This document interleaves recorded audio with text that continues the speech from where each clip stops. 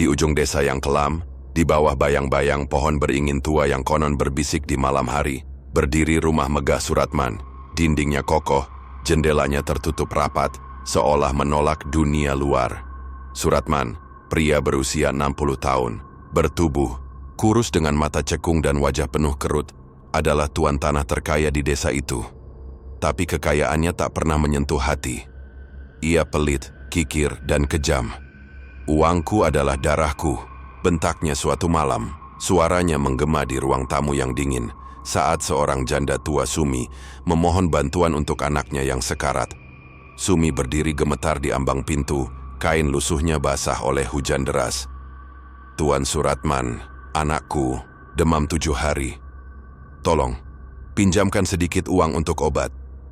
Isaknya, tangan kurusnya meremas ujung baju. Matanya penuh harap, tapi Suratman hanya memandangnya dengan jijik. "Kau pikir aku bang? Pergi, atau kulempar kau ke jalan." Wajahnya memerah, urat di lehernya menegang. Sumi tersungkur, air mata bercampur air hujan. "Tuan, demi Tuhan, anakku akan mati." Tapi Suratman sudah menutup pintu dengan keras, bunyinya mengguncang malam. Di dalam rumah, Suratman berjalan mondar-mandir, tangannya menggenggam kunci berangkas besi di sudut kamar. "Mereka semua sama parasit, mau merampok hartaku," gumamnya. Suaranya bergetar penuh paranoia. Ia membuka berangkas, memandangi tumpukan emas dan uang kertas dengan mata berbinar, namun penuh ketakutan. Setiap malam, ia menghitung harta itu. Jari-jarinya gemetar, seolah takut satu keping pun hilang. Tapi malam itu, ada yang berbeda.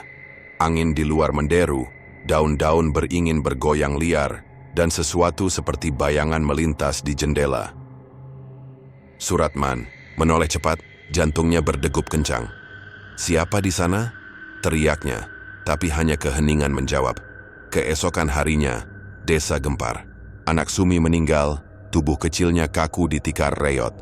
Sumi menangis di depan rumah Suratman, suaranya parau. "Kau kejam, Suratman. Kau biarkan anakku mati.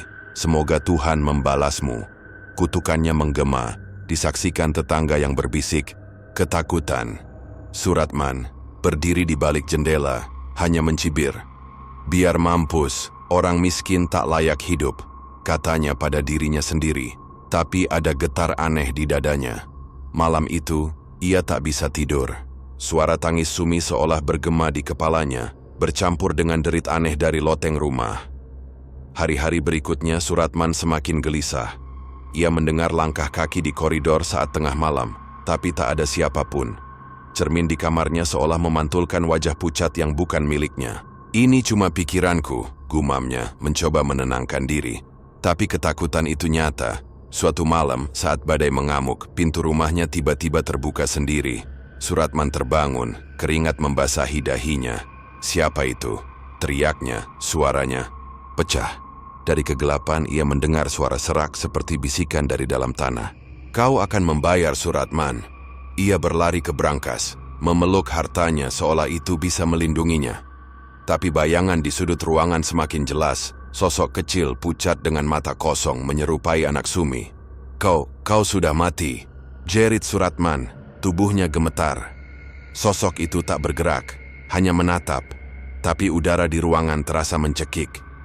Suratman pingsan, dan saat ia sadar, fajar telah tiba. "Ini cuma mimpi," katanya, tapi tangannya masih bergetar. Namun, desa tak lagi sama. Orang-orang menjauhinya, berbisik tentang kutukan. "Suratman akan mendapat balasan," kata seorang tetangga tua, matanya penuh dendam. Suratman mencoba mengabaikan, tapi rasa takut itu merayap di tulangnya. Ia mulai melihat noda darah di lantai, meski tak ada luka. Bau busuk menyengat di kamarnya, meski tak ada sumbernya. "Aku tak takut," teriaknya pada kegelapan, tapi suaranya terdengar kosong. Malam terakhir kehidupannya tiba. Hujan kembali turun, petir menyambar. Suratman duduk di kursi, memandangi berangkas. "Tak ada yang bisa mengambil ini dariku," gumamnya, tapi kata-katanya terputus oleh suara ketukan di pintu. Ketukan itu pelan tapi teratur seperti detak jantung. "Siapa di sana?" teriaknya, tapi tak ada jawaban. Ia mengintip dari jendela, dan jantungannya hampir berhenti. Di bawah pohon beringin berdiri sosok Sumi, wajahnya pucat, matanya hitam, pekat. Di sampingnya anaknya, dengan senyum mengerikan. "Kau akan ikut kami, Suratman," bisik suara dari dalam rumah, meski tak ada siapapun di sana. Suratman mundur, napasnya tersengal. Ia mencoba berlari, tapi kakinya terasa berat, seolah ditarik ke bawah. Brankas terbuka sendiri, emas-emasnya berhamburan, berubah menjadi abu di tangannya. "Tidak, hartaku!" jeritnya. Tiba-tiba, dadanya terasa sesak. Ia jatuh, tangannya mencakar lantai. Dunia gelap, dan suara terakhir yang ia dengar adalah tawa dingin, seperti dari dalam liang kubur. Malam itu, langit gelap pekat, seolah menelan bintang-bintang. Angin menderu, membawa bau tanah basah dan sesuatu yang busuk. Di bawah pohon beringin tua yang menjulang di tengah desa, Sumi berdiri dengan tubuh gemetar. Wajahnya pucat, matanya merah bengkak karena tangis yang tak kunjung reda. Di pelukannya, kain usang membungkus tubuh kecil anaknya, kaku dan dingin. "Kau bunuh anakku, Suratman," jeritnya. Suaranya parau, pecah, bercampur isak.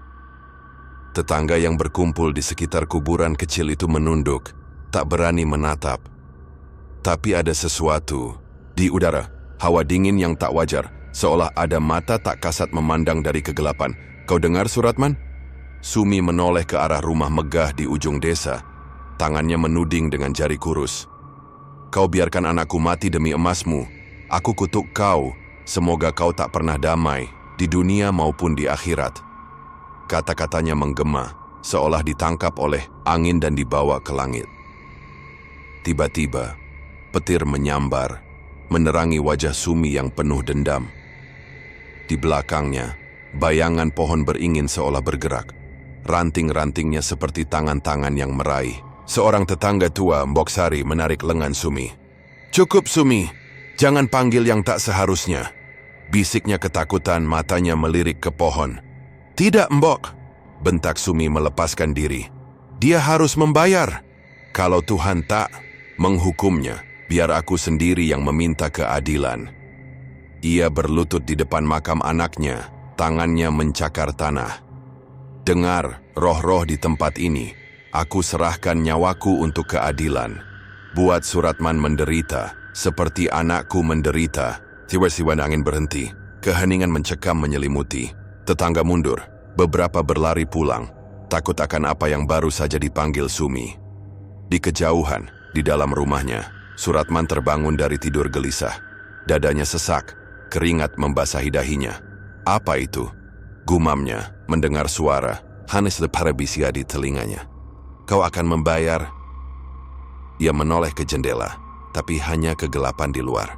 "Cuma angin," katanya mencoba meyakinkan diri. Tapi di dalam hatinya, ketakutan merayap. Ia berjalan ke brankas, memeriksa kunci untuk kesekian kalinya.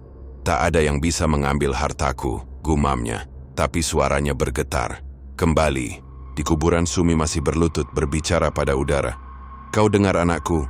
Ibu akan pastikan dia menderita, meski nyawa ibu taruhannya." Tiba-tiba, tangannya terasa dingin, seolah ada yang menyentuh dari dalam tanah. Ia menjerit, jatuh tersungkur. Mbok Sari berlari mendekat. "Sumi, bangun, kau tak tahu apa yang kau lakukan." Tapi Sumi hanya tertawa, tawanya serak dan mengerikan. "Mereka mendengar Mbok, mereka akan datang untuknya." Matanya berkilat, seolah bukan lagi miliknya. Malam itu, desa tak tidur. Anjing-anjing menggonggong tanpa henti, anak-anak menangis di pelukan ibu mereka. Di pohon beringin, sesosok bayangan gelap tampak melilit ranting, matanya merah menyala. "Suratman," bisiknya, suaranya seperti gesekan batu di liang kubur. Di rumahnya, Suratman tak tahu bahwa kutukan telah menancap di jiwanya. Ia mendengar ketukan di pintu pelan tapi terus-menerus. "Siapa di sana?" teriaknya, suaranya pecah. Tak ada jawaban, tapi ketukan itu berhenti. Diganti suara langkah kaki yang menjauh, langkah yang terdengar basah, seperti dari lumpur kuburan. Keesokan harinya, Sumi tak lagi sama. Ia duduk di depan rumahnya, menatap kosong, mulutnya menggumamkan kata-kata yang tak dimengerti. "Dia akan datang, Dia akan mengambilnya, katanya pada siapapun yang lewat. Tetangga menghindarinya, takut pada sorot matanya yang tak lagi manusiawi. Embok Sari, satu-satunya yang berani mendekat, berbisik, "Kau telah membuka pintu yang seharusnya tertutup, Sumi." Sekarang, tak hanya Suratman yang akan menderita. Sumi hanya tersenyum, senyum yang membuat Embok Sari mundur ketakutan. Di rumah, megahnya Suratman mulai merasakan perubahan. Cermin di kamarnya memantulkan bayangan yang aneh, wajahnya sendiri, tapi dengan mata kosong dan mulut menganga. "Ini cuma pikiran," teriaknya, memecahkan cermin itu. Tapi pecahannya berhamburan, membentuk wajah anak Sumi di lantai. Kau tak nyata," jerit Suratman, mundur hingga menabrak dinding. Tapi di luar, pohon beringin terus berbisik, dan bayangan gelap itu semakin kuat, menunggu saat untuk menyeret Suratman ke dalam kegelapan abadi. Hari itu udara di kampung kecil itu terasa lebih pengap dari biasanya. Rumah-rumah berdinding kayu berdiri diam, seolah menyimpan rahasia yang tak pernah terucap. Di ujung gang sempit, rumah Suratman berdiri terpisah, dikelilingi semak belukar yang tak terurus. Pria tua itu sudah lama hidup sendiri, jarang berinteraksi dengan tetangga, dan keberadaannya lebih sering terlupakan. Namun pagi itu sesuatu mengusik ketenangan kampung. Awalnya hanya bau busuk yang samar, seperti bangkai tikus yang tersembunyi di sudut gudang.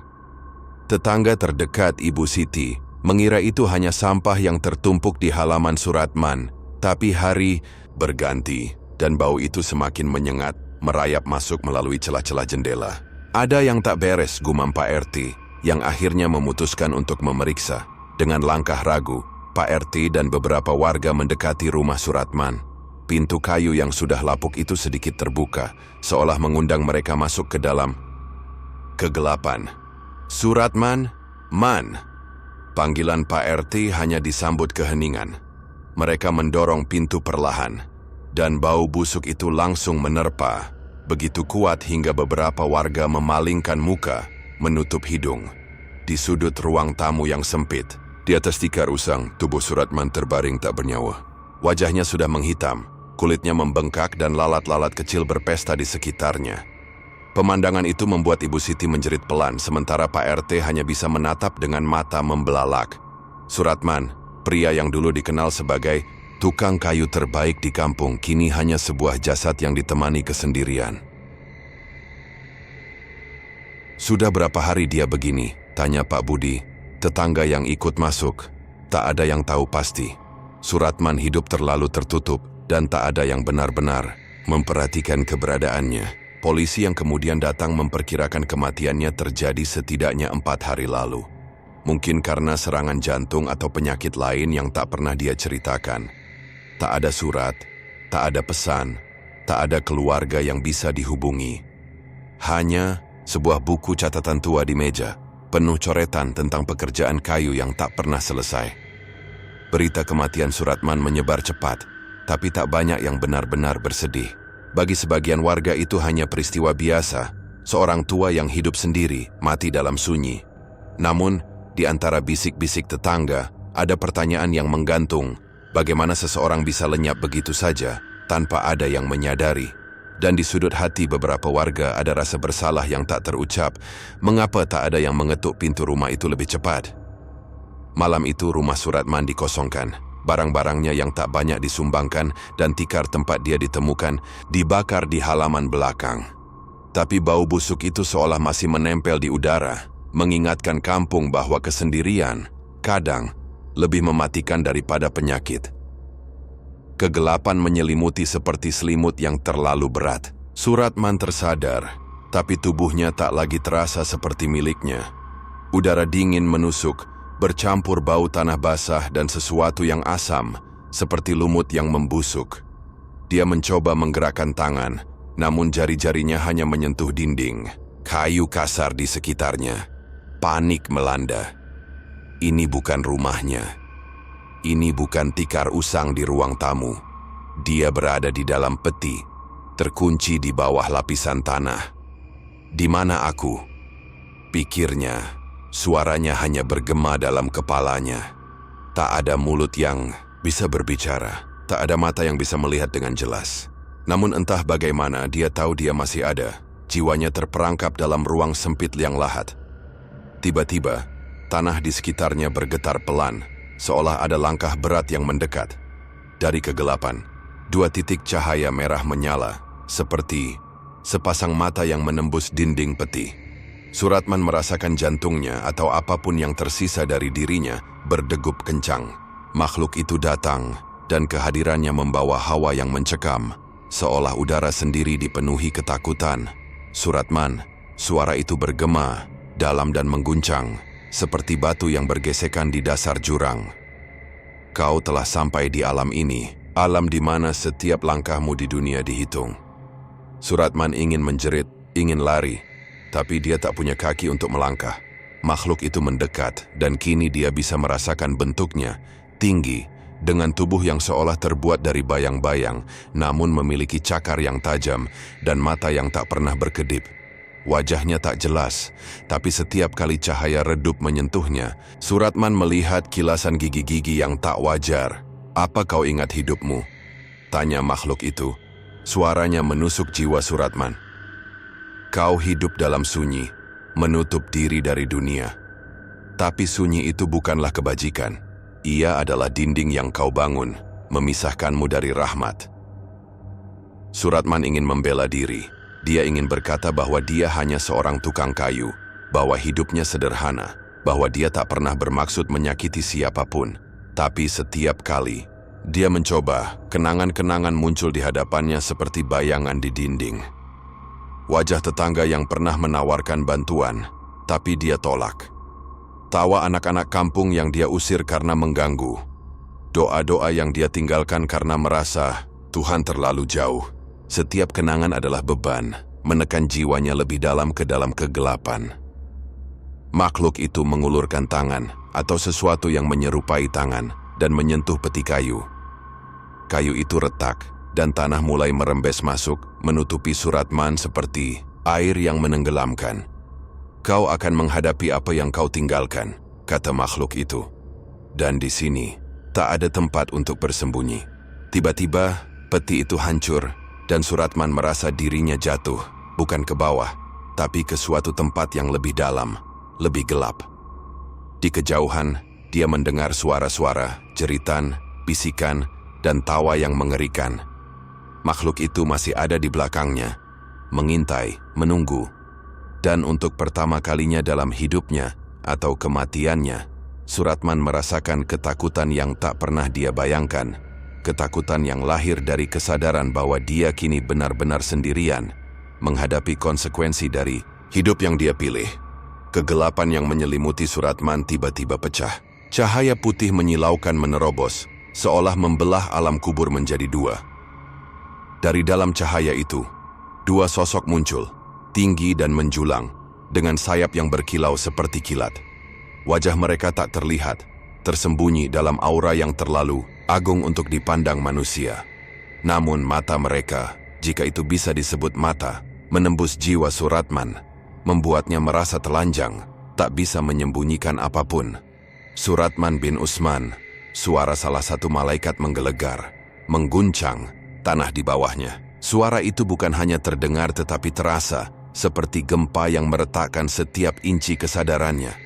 "Bangkitlah dan jawab pertanyaan kami, Suratman," atau apa yang tersisa dari jiwanya, gemetar. Dia tak bisa bergerak, tak bisa lari. Liang. Lahat yang sempit kini terasa luas, namun tak ada tempat untuk bersembunyi. Makhluk mengerikan sebelumnya telah lenyap, tapi kehadiran malaikat ini jauh lebih menakutkan. Mereka bukan sekadar penutup, tetapi penjaga kebenaran, dan setiap kata mereka adalah hukum yang tak terbantahkan. "Siapa Tuhanmu?" tanya malaikat pertama. Suaranya seperti petir yang menyambar. Suratman tergagap. Di hidupnya, dia jarang memikirkan Tuhan. Doa-doa yang dia tinggalkan, masjid yang tak pernah dia kunjungi, semua kini kembali menghantuinya. Allah, jawabnya akhirnya. Suaranya serak, penuh keraguan. Malaikat kedua melangkah mendekat, dan tanah di sekitar Suratman bergetar. "Apa agamamu?" tanyanya. Suaranya tak kalah dahsyat. "Islam," jawab Suratman, tapi kata itu terasa asing di lidahnya. Dia ingat Al-Quran tua di rak rumahnya, berdebu, tak pernah disentuh selama bertahun-tahun. Dia ingat malam-malam ketika dia memilih kesunyian ketimbang suara azan yang memanggil. "Siapa nabimu?" Lanjut malaikat pertama, dan kini suaranya bercampur dengan nada yang membuat jiwanya terasa diperas. "Muhammad," bisik Suratman. Tapi setiap jawaban terasa seperti pengakuan dosa. Dia tahu jawaban-jawaban itu benar, tapi hatinya menjerit, menyadari betapa jauh dia dari mengamalkannya. Malaikat-malaikat itu diam sejenak, dan dalam keheningan itu, Suratman merasakan beban yang lebih berat dari gunung. Lalu malaikat kedua berbicara, suaranya kini lebih tajam, seperti pedang yang memotong. "Kau tahu jawabannya, tetapi hidupmu berkata lain. Mari kita lihat apa yang kau tinggalkan di dunia." Tiba-tiba, seperti layar raksasa, kenangan-kenangan Suratman terpampang. Di hadapannya, dia melihat dirinya menolak ajakan tetangga untuk sholat berjamaah, mendengar dirinya mengumpat saat anak-anak kampung bermain di dekat rumahnya, menyaksikan dirinya menyimpan dendam kecil pada pedagang yang pernah menipunya. Ada pula dosa-dosa yang dia kira tak berarti, pandangan yang tak dijaga, kata-kata yang menyakiti, dan waktu yang dia sia-siakan dalam kesendirian yang tak produktif. "Apa pembelaanmu?" tanya malaikat pertama. Dan untuk pertama kalinya, Suratman merasa mereka sedang menimbang jiwanya. Dia ingin berkata bahwa dia hanyalah manusia biasa, bahwa dia tak pernah bermaksud jahat, bahwa kesendiriannya adalah pelarian dari dunia yang terasa kejam. Tapi kata-kata itu tak pernah keluar. Setiap alasan terasa kosong di hadapan kebenaran yang malaikat bawa. Aku menyesal," akhirnya dia berkata. Tapi kata-kata itu terlambat. Seperti air yang tumpah dari gelas yang sudah pecah. Malaikat-malaikat itu tak menjawab. Cahaya mereka memudar, namun kehadiran mereka masih terasa seperti bayang-bayang yang mengintai. Tanah di sekitar Suratman mulai berguncang lagi. Dan dari kegelapan, suara-suara aneh mulai terdengar, bisikan, jeritan, dan sesuatu yang lebih mengerikan. "Ujianmu belum selesai," kata malaikat kedua sebelum menghilang sepenuhnya. "Alam ini akan menunjukkan apa yang kau tanam." Suratman ditinggalkan dalam kegelapan yang kini terasa lebih hidup, penuh dengan ancaman yang tak terlihat. Dia tahu apapun yang menunggunya di depan, itu adalah cerminan dari hidupnya. Dan dia tak punya kuasa untuk mengubah apa yang telah dia tulis. Kegelapan di alam kubur tiba-tiba berubah menjadi lautan bara. Panas yang tak terbayangkan menyengat jiwa Suratman, seolah setiap inci kesadarannya dibakar tanpa henti. Dia ingin menjerit, tapi tak ada suara yang keluar.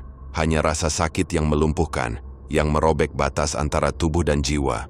Dari dalam kegelapan, rantai-rantai membara muncul, berderit dan berderak seperti ular besi yang hidup. Setiap mata rantai memancarkan nyala merah yang menyilaukan, dan sebelum Suratman bisa memahami apa yang terjadi, rantai itu melilit tubuhnya. Rantai itu bukan sekadar panas. Mereka hidup, menggigit dan mencengkeram dengan kekuatan yang tak wajar. Setiap lilitan terasa seperti ribuan jarum yang menusuk, membakar daging yang sudah tak lagi nyata. Suratman meronta, tapi perlawanannya sia-sia. Rantai itu semakin erat, menariknya ke bawah, ke dalam lubang yang lebih gelap, lebih panas di mana bau belerang dan daging terbakar memenuhi udara. Kenapa aku? Pikirnya. Tapi jawabannya datang bukan dari suara, melainkan dari kenangan yang kembali menghantam. Setiap lilitan rantai membawa kilasan dosa-dosanya, kebencian yang dia simpan, doa yang dia abaikan, tangan yang tak pernah terulur untuk membantu. Rantai itu seolah menghukumnya untuk setiap kesalahan yang dia anggap kecil di dunia. Tiba-tiba, dari tanah di bawahnya, sesuatu bergerak. Cacing-cacing hitam, masing-masing sebesar jari, merayap keluar dari celah-celah tanah. Mereka bukan cacing biasa, matanya berkilau seperti bara, dan mulut mereka penuh gigi kecil yang tajam. Dengan gerakan yang mengerikan, mereka mulai merayap ke tubuh Suratman, menembus kulitnya yang tak lagi utuh, menggerogoti dari dalam. Rasa sakitnya tak tertahankan, seperti ribuan gigitan yang tak pernah berhenti. Mereka bergerak di bawah kulitnya, di antara tulang-tulangnya, dan setiap gerakan mereka membawa rasa mual yang tak bisa dia tahan. "Berhenti! Tolong!" jeritnya dalam hati. tapi tak ada yang mendengar. Alam kubur tak mengenal belas kasihan. Cacing-cacing itu seolah diutus untuk mengingatkannya pada waktu yang dia sia-siakan, pada hidup yang dia jalani dalam kesendirian dan keegoisan. Setiap gigitan adalah tuduhan, setiap rayapan adalah pengingat bahwa dia telah memilih untuk menutup batis dari dunia. Di tengah siksaan, sebuah suara bergema, bukan dari malaikat, tapi dari sesuatu yang lebih dalam, lebih kuno. "Ini baru permulaan, Suratman," katanya, suaranya seperti gesekan batu yang retak. "Apa yang kau tanam kini kau tuai." Suara itu menghilang, tapi siksaan tak berhenti. Rantai membara terus mengikat, cacing-cacing terus merayap, dan panas tak pernah reda. Suratman tak tahu berapa lama dia berada di sana, menit, jam, atau abad. Waktu di alam kubur tak berjalan seperti di dunia. Yang dia tahu, rasa sakit itu tak hanya menghukum tubuhnya, tapi juga jiwanya, memaksanya menghadapi kebenaran yang dia hindari sepanjang hidup, bahwa kesendirian yang dia pilih bukanlah kedamaian, melainkan penjara yang kini menjadi kenyataan abadi. Di kejauhan dia mendengar suara lain, gemuruh, seperti langkah sesuatu yang jauh lebih besar, mendekat. Siksaan ini dia sadari dengan kengerian, hanyalah awal, dan apapun yang menunggunya berikutnya, dia tahu itu akan lebih buruk. Panas dari rantai membara dan gigitan cacing-cacing hitam tiba-tiba mereda. Tetapi ketenangan itu hanya sesaat, seperti jeda sebelum badai yang lebih dahsyat. Kegelapan di sekitar Suratman mulai bergoyang, seolah alam kubur sendiri bernapas. Dari dalam bayang-bayang, suara-suara pelan mulai terdengar, bisikan, tangisan, dan tawa yang patah, semuanya bercampur menjadi paduan yang mengerikan. Suratman merasa jiwanya menyusut, seolah ingin menghilang, tapi tak ada tempat untuk lari. Cahaya redup muncul, seperti kabut yang menyala, dan dari dalamnya sosok-sosok mulai terbentuk. Mereka bukan malaikat, bukan pula makhluk mengerikan seperti sebelumnya. Mereka adalah wajah-wajah yang dikenalnya, wajah-wajah dari masa lalunya, namun kini berubah, penuh luka dan kebencian. Mata mereka kosong namun penuh dendam, kulit mereka robek dan berdarah, seolah setiap luka adalah cerminan dari sakit hati yang pernah Suratman torehkan. Pertama muncul Pak Hamid, tetangga yang pernah meminta bantuan untuk memperbaiki atap rumahnya. Suratman menolak dengan kasar, menyebutnya peminta-minta yang tak tahu malu. Kini, wajah Pak Hamid penuh luka bakar, matanya meleleh seperti lilin. "Kau tahu aku kehilangan segalanya karena atap itu bocor," sibirnya. Suaranya seperti angin yang membawa bara. "Tapi kau memilih keegoisanmu." Suratman ingin meminta maaf, tapi kata-kata itu tercekat. Sosok berikutnya muncul, Sari, gadis kecil yang pernah dia usir karena bermain di dekat rumahnya. Dia ingat bagaimana dia membentak hingga anak itu menangis ketakutan. Kini wajah Sari penuh goresan, darah mengalir dari matanya yang tak lagi berkedip. "Aku hanya ingin bermain," bisiknya, "tapi kau membuatku merasa tak berharga." Suratman mencoba memalingkan muka, tetapi sosok-sosok itu terus bermunculan. Ada Bu RT yang pernah dia fitnah karena kesalahpahaman kecil, ada pedagang pasar yang dia tuduh menipu, ada teman masa kecil yang dia tinggalkan saat membutuhkan bantuan. Setiap wajah membawa luka yang mengerikan, setiap suara menuntut keadilan. Mereka mengelilinginya, mendekat, tangan-tangan dingin mereka menyentuhnya, menariknya ke dalam lingkaran yang tak bisa dia lepas. "Kau pikir kesendirianmu melindungimu?" kata salah satu arwah, suaranya penuh kepedihan. "Tapi setiap kata dan perbuatanmu meninggalkan bekas. Kini, kami di sini untuk mengambil apa yang menjadi hak kami." Suratman jatuh ke tanah, merangkak, mencoba melarikan diri. Tapi kaki-kakinya terasa seperti terikat. Arwah-arwah itu mulai mencakar, mengoyak jiwanya dengan luka yang tak berdarah tapi terasa lebih menyakitkan daripada rantai atau cacing. Setiap cakaran membawa kenangan akan dosa-dosanya. Setiap sentuhan adalah pengingat bahwa dia tak pernah benar-benar sendirian. Dia hanya memilih untuk mengabaikan mereka yang ada di sekitarnya. "Kami tak akan pergi," kata Pak Hamid. Wajahnya kini hanya tengkorak dengan mata yang masih menyala. "Kau akan melihat kami selamanya, merasakan luka yang kau tinggalkan. Lingkaran arwah semakin rapat, dan Suratman menjerit, suaranya hilang dalam kegelapan. Alam kubur tak lagi hanya tentang siksaan fisik. Kini, dia dihadapkan pada kengerian yang lebih dalam, menghadapi mereka yang dia sakiti, yang kini menjadi algojo abadinya. Di kejauhan, suara gemuruh kembali terdengar, menandakan bahwa hukuman berikutnya sudah dekat. Tapi untuk saat ini, wajah-wajah penuh luka itu adalah neraka yang tak bisa dia hindari. Jeritan, Suratman memudar di tengah lingkaran arwah yang penuh dendam, namun penderitaannya tak kunjung reda. Wajah-wajah penuh luka itu perlahan memudar, tetapi kegelapan alam kubur tak memberi kelegaan. Sebaliknya, udara menjadi lebih berat, seolah menekan jiwanya hingga sesak. Dari dalam tanah suara gemuruh kembali bergema, kini lebih keras, seperti langkah raksasa yang mengguncang dasar neraka. Suratman merasakan getaran itu merambat ke dalam dirinya, mengguncang setiap kenangan, setiap penyesalan yang mulai membanjiri hatinya. Untuk pertama kalinya air mata tak terlihat mengalir dari jiwa Suratman. Dia teringat hidupnya, kesendirian yang dia pilih, pintu-pintu yang dia tutup, dan kata-kata kasar yang dia ucapkan tanpa peduli. "Aku salah," bisiknya dalam hati, suaranya penuh keputusasaan. "Tuhan, ampuni aku menyesal." Tapi kata-kata itu terasa hampa, seperti daun kering yang diterbangkan angin di tengah badai. Alam kubur tak mendengar permohonan, ia hanya menjalankan hukum yang tak bisa ditawar. Tiba-tiba, tanah di bawahnya retak, dan dari celah-celah itu, asap hitam pekat membubung, membentuk sosok-sosok tanpa wajah. Mereka bukan arwah, bukan pula malaikat, melainkan bayang-bayang dosa-dosanya sendiri yang kini diberi bentuk untuk menghukum.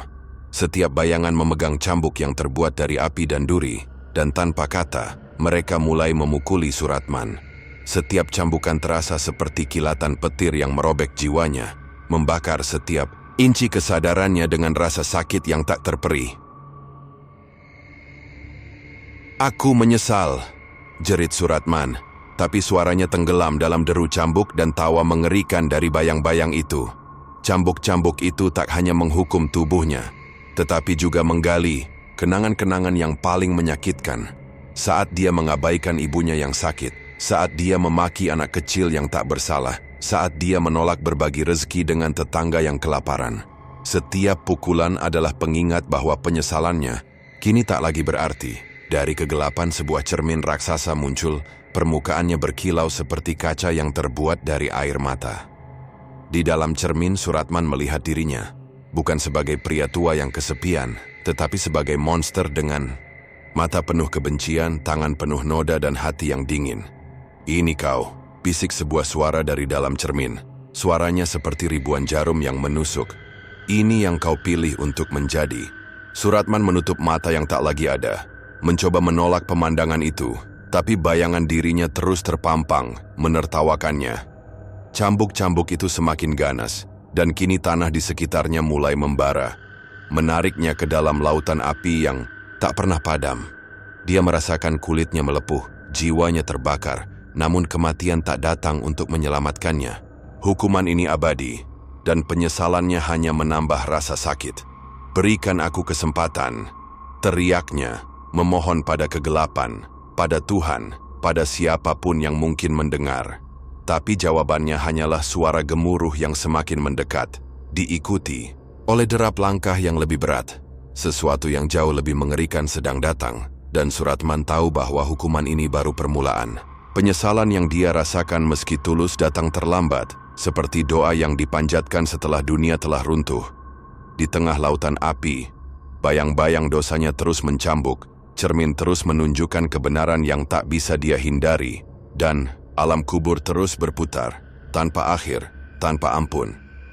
Di alam kubur, waktu bukan lagi garis lurus, melainkan lingkaran yang kejam, berputar tanpa akhir. Bagi Suratman, setiap detik terasa seperti tahun, setiap tahun seperti abad. Dia tak lagi bisa menghitung berapa lama dia terperangkap dalam siksaan, mungkin 100 tahun, mungkin lebih.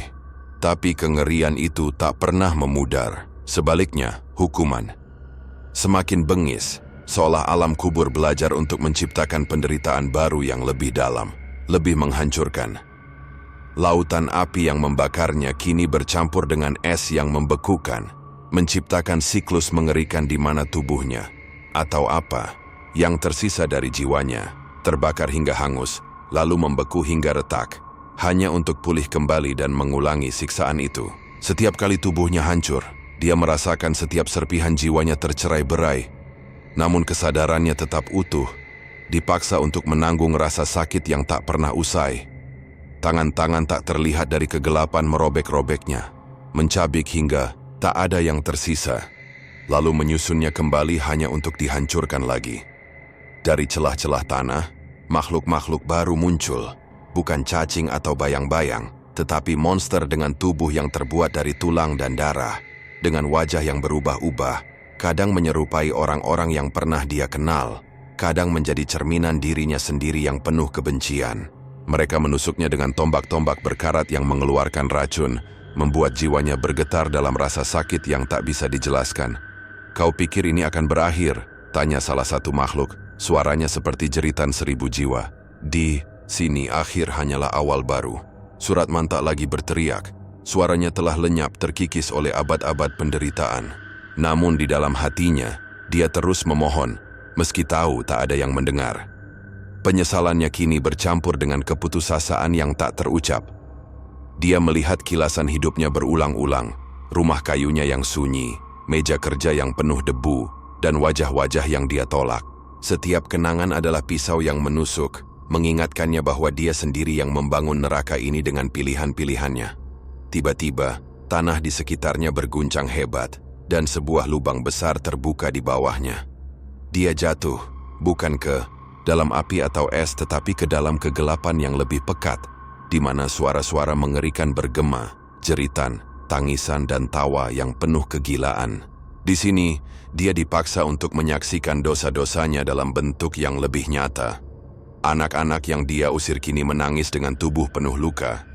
Tetangga yang dia fitnah meratap dalam rantai, dan ibunya yang dia abaikan menatapnya dengan mata penuh air mata darah. Mereka tak bicara, tapi tatapan mereka lebih menyakitkan daripada cambuk atau tombak.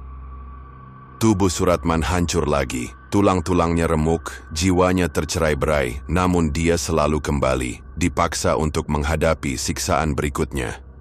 Kini, dari kegelapan, sebuah cakar raksasa muncul, terbuat dari logam cair yang membara. Cakar itu mencengkeramnya, menghancurkannya dengan kekuatan yang membuat seluruh alam kubur bergema. "Kau tak akan pernah selesai," bisik suara yang tak jelas asalnya. 100 tahun hanyalah permulaan. Di tengah penderitaan yang tak berkesudahan, Suratman mulai kehilangan harapan, bahkan untuk sekadar lenyap. Alam kubur tak mengenal akhir, hanya siklus kengerian yang semakin kejam. Dan di kejauhan, dia mendengar suara baru, derap langkah yang lebih berat, lebih mengerikan, mendekat dengan janji hukuman yang lebih dahsyat. Tubuhnya, yang baru saja hancur, mulai terbentuk kembali, siap untuk menghadapi kengerian berikutnya, tanpa ampun, tanpa jeda. Siksaan yang menghancurkan jiwa Suratman tiba-tiba terhenti, seolah alam kubur menarik napas sejenak. Kegelapan yang menyelimuti memudar, digantikan oleh tirai kabut kelabu yang berputar lembut. Tubuhnya, atau sisa-sisa jiwanya, terasa ringan, seolah ditarik oleh kekuatan tak terlihat. Untuk pertama kalinya setelah abad-abad penderitaan, dia merasakan sesuatu yang menyerupai ketenangan, namun itu bukan kelegaan, melainkan jeda yang penuh makna, seperti keheningan sebelum vonis terakhir. Sebuah suara bergema, bukan gemuruh atau jeritan, tetapi lembut dan dalam, seperti bisikan dari langit yang retak. "Suratman, lihatlah dunia yang kau tinggalkan," katanya. "Lihat apa yang tumbuh dari benih yang kau tanam."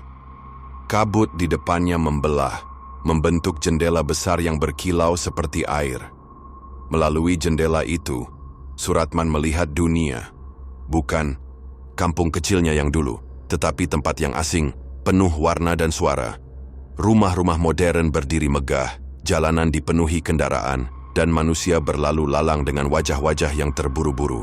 Namun di tengah keramaian itu, dia melihat sesuatu yang membuat jiwanya gemetar. Wajah-wajah yang mirip dengannya, keturunannya yang tak pernah dia kenal. Ada seorang pria muda, mungkin cucu atau cicitnya, duduk sendirian di sudut ruangan yang dingin. Matanya kosong, tangannya menggenggam ponsel, namun wajahnya penuh kebencian.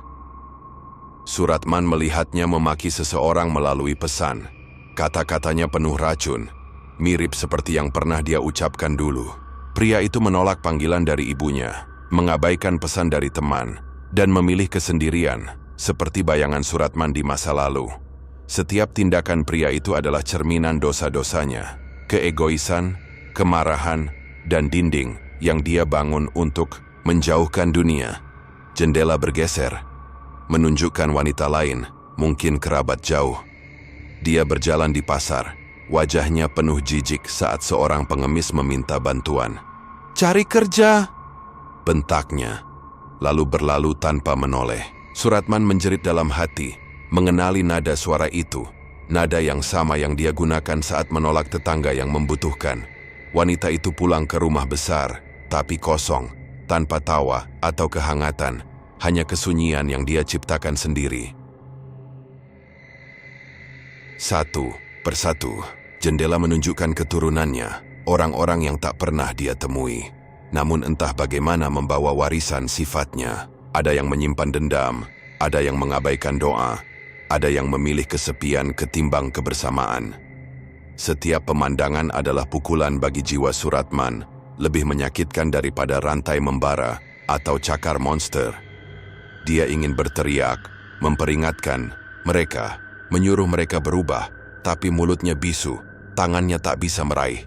Dia hanya bisa menyaksikan, tak berdaya, saat mereka mengulang kesalahannya, menuju jurang yang sama, yang kini menelannya. "Ya Tuhan, hentikan mereka," jeritnya dalam hati, air mata tak terlihat mengalir dari jiwanya.